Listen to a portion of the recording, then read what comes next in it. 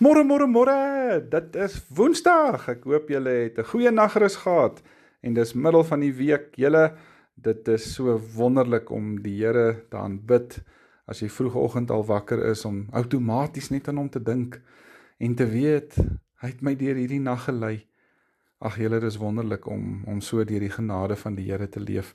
En mag julle vanmôre daai genade beleef in jou, dat die Heilige Gees jou wakker gemaak het, dat jy vanmôre kan sien wat ook al die Here vandag wil hê jy moet sien, en dat jy vanmôre dalk weer kan hoor, ongeag wat die Here dalk vandag wil hê jy moet hoor, en dat jy 'n voorreg en 'n vreugde het om te gaan lewe vir die Here. En nou vanmôre bring dit my na ons teksgedeelte toe, baie bekende vers. Ek lees vanoggend vir ons uit Spreuke 4, vers 23. Wees veral versigtig met wat in jou hart omgaan, want dit bepaal jou hele lewe. Nou, ek dink as ek vanmôre hierdie vers lees, dan sal nie een van ons hiermee kan stry nie. Dit wat my hart die meeste mee besig gehou word, dit wat my hart die meeste in omvang neem, is op die einde van die dag waar ek maar die meeste van my tyd spandeer, is dit nie? As ek besig is om 'n moeilike vergadering in myself te bedink, gaan ek die hele dag daarmee loop en top.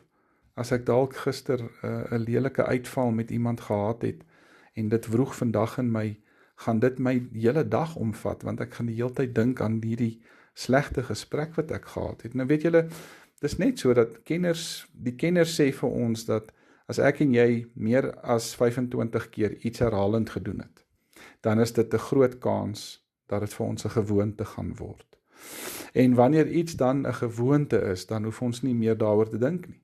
Ons doen dit outomaties. Dit word 'n patroon, dit is 'n ritme wat ingebou is. Dit is soos fietsry. As jy dit meer as 25 keer al gedoen het, gaan jy oor 40 jaar net weer op daai fiets kan klim en jy gaan hom kan ry. Of soos om skoene vas te maak. En weet julle, een van daardie dinge wat ook 'n tweede natuur gewoonte kan word, is om met die Here te gesels. En dis een van die beste gewoontes wat ons kan aanleer. En dit is juis om dinge te doen wat ons minder ons maak, en wat die Heilige Gees kans gee om meer hy in ons te word. Dis dinge soos om vroegoggend al jouself voor die kruis te gaan neerlê, en om vir die Here te vra om in jou te leef. Om dwars deur die dag op die Here te fokus, en om toe te laat om aan jou uit te wys, waar hy dalk meer hy in jou lewe kan wees.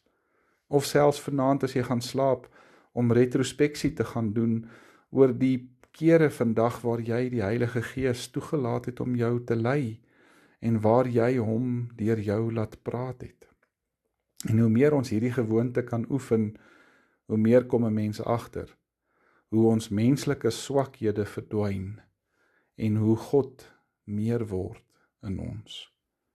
So kom ons gaan kweek daai gewoonte, om dwars deur die dag die Heilige Gees te vra, om ons denke te vorm, en ons emosies te rig, en dan ook om ons lewe te lewe.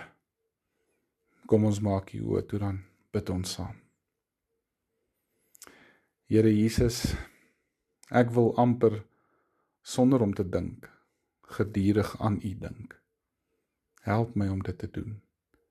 Ek vra dit in U naam alleen. Amen. Baie dankie julle almal.